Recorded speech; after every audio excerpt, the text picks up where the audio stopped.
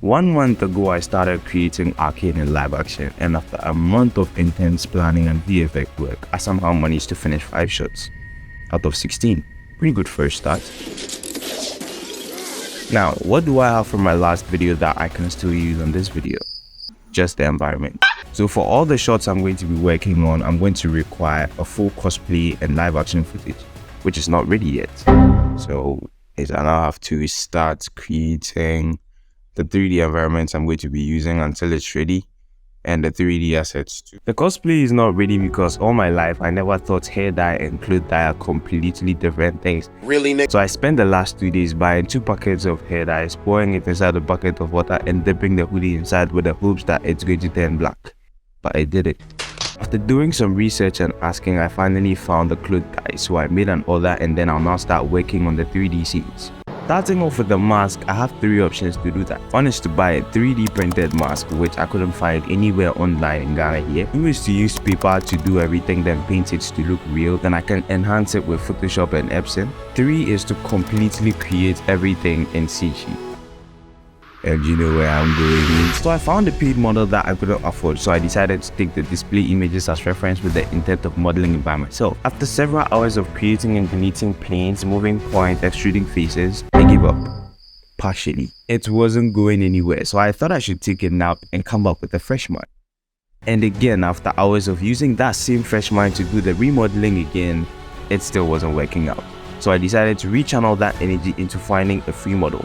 I ended up finding this free model which wasn't textured, but you know, texturing is nothing, which is difficult. I just created a green texture and added a bump and cranked it up.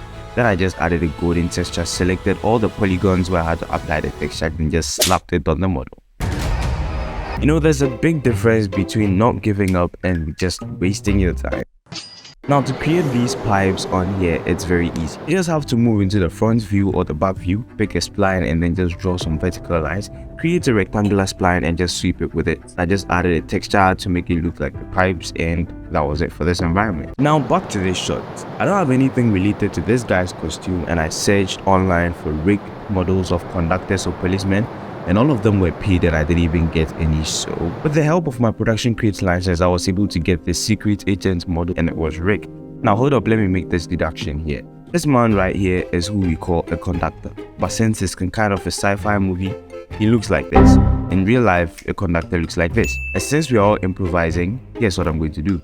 I'm going to pick this secret agent model, and then I'm going to get a policeman hat and place it on his head and get 2 sticks in his hand. And we have ourselves a conductor, but in 3D. Now the only thing left is I have to now figure out how to animate this guy to wave his hand.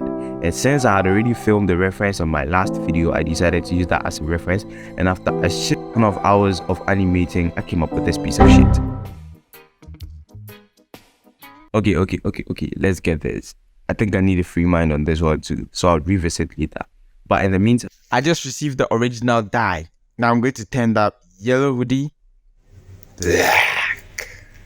So I was told I just need some water to pour the dye in, submerge the hoodie, leave it in for a day or 2, and bring it out and dry. 2,000 years later. And now it is time. My master costume designer is gonna unleash her talents here. So I sent her the references days before so she could know what she's going to do, and I explained to her that Ekko is a black march scientist. His clothes can be very clean. So the idea was to get the hood of an old hoodie, cut it out and sew it on the hoodie of the original one, and then cut out parts of some random cloths to patch the hoodie.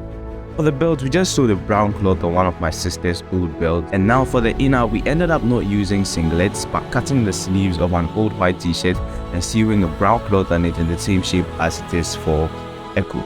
Nice. Now for the hand paints, I heard if you mix blue with poster colors and a pint of water, you get some kind of acrylic paint which works better on clothes. But the deal is I'm abandoning green and all shades of green because You're gonna be dumb if I have to explain. I'll be using a green screen, so it will mess with my keying. Now with the power of my hand, I just painted random stuff inspired by this awesome model from Janina. Let me share your name, right?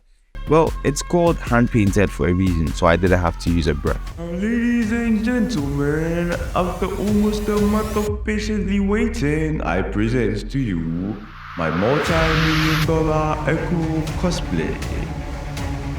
She's the mastermind. I would have tagged her if she's on Instagram, but she isn't. And with my cosplay, I'll just set up my green screen and film some shots. And oh, I added some tracking markers on my face for the mask. Now I just have to pick my footage, send it into After Effects, do some pre-key, send it to Cinema 4D, the always usual boring bullshit. But then whilst working, I realized this. My orientations don't match. Comparing both to each other, Ekko has tilted himself to the right and I'm facing the front. I could have gone away with that, but it's a live action remake, not an original concept. So I just have to reshoot, meaning I'd have to wait till Sunday again. So now the thing is, it's my orientation which is wrong, not the camera angle. So I can still work with the footages that I shot, just that I wouldn't render them, but when I do the reshoot, I'll just replace the subjects in the composition, then render it out. Because the camera angles are all going to be the same. Now back to this whack animation I made. You guys remember Deep Motion, right? The AI which takes movements from your live action and integrates it into a rig and then creates an animation for you. Okay. I found a better one, Rococo Video. Oh my god! Well, it has pretty much the same steps. Create an account, upload the video, adjust the settings, and oh, you have to download their software. No problem.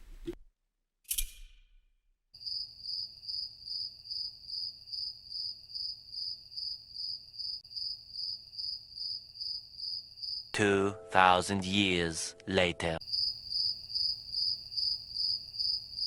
6.5 hours later. Who the fuck puts an update inside the software that I just downloaded from? Oh, it's in beta. At this point, I'm just looking for things to just support my laziness. Oh, fuck it anyway. I'm gonna do this frame by frame. I honestly don't know how to explain what I did, but I did it, and after almost 2 hours of just moving the rig anyhow in a way I saw fit, I came up with this. So now the finishing touch that turns a secret agent into a conductor is the cap. So I just have to add it into the whole animation. So I'm just going to put the cap inside the model group, then I'm going to scale it, position it, copy the skin child and the weight tag, add it to the joints, set the bind pose, it didn't work. Then I picked the skin and included the cap, now I moved to the rig. I figured this thing out on my own. Now I just rendered it out, then 3D tracked the scene, which didn't work, so I picked two visible points in the scene, 2D tracked it, position and rotation, then I applied it to a null, then just parent whipped it to the subject. Adjusted the Z-depth to get an R format and blah blah blah blah blah, and did a color grade, and that was it. Another Sunday, lo and behold, I can now do some reshoots. This time I painted the white things on Ekko's face on mine, just to make the tracking more visible. Took some pictures for a 3D scan too, which turned out shitty, but more on that in the next video. So subscribe and turn on the notification bell. Now on my shorts down, it was all about replacing all the subjects in the two scenes that I had created already. Now for the last two. Oh. So it's almost 30 days. I have like 9 days to finish, and I'm only done with about 7 shots. I still have 2 more to complete this video and do the whole compilation. I don't know why I brought this upon myself. I'm really very stressed, honestly, because the orientation for this shot still doesn't match. I don't know whether to work with it that way or I have to wait for another Sunday, but I'm kind of rendering this one out. I started rendering it since yesterday, so it probably take an additional day to complete. Then I'll do the compositing, and I'll reserve the last 7 for the last month, I guess. And for this shot, I found a way to input PNG sequence with alpha channels into Cinema 4D. I thought that was only possible in Blender, and that was kind of the only reason I was thinking of switching. I guess Blender isn't seeing me anytime soon. So since I could now work with live action inside of Cinema 4D, I just created the animation with the hoverboard coming out, rendered it out, sent it into After Effects, take some mouth compositing, picked the mask, matched the face orientation, tracked it up to the face again, added a lot of motion blur to the scene, and it's perfect. So for the last time I'm wearing this cosplay again. This time I reviewed it 25 different times to see if the orientation is right. It's a do or die thing now. Send the footage into After Effects, key out the green screen and create some camera data, send it into Cinema 4D, render the environment, go back into After Effects, do the compositing, add some fog, depth, everything, play with the whole scene until it's done. And then it was at this point I realized something. there's been a maze behind his back all this while. How come I didn't see that? Okay. This is simple. Pick up the maze, click on the texture, create the sky and render it out at different angles. Go into After Effects, pick all the subjects, track the back of them and then put it up.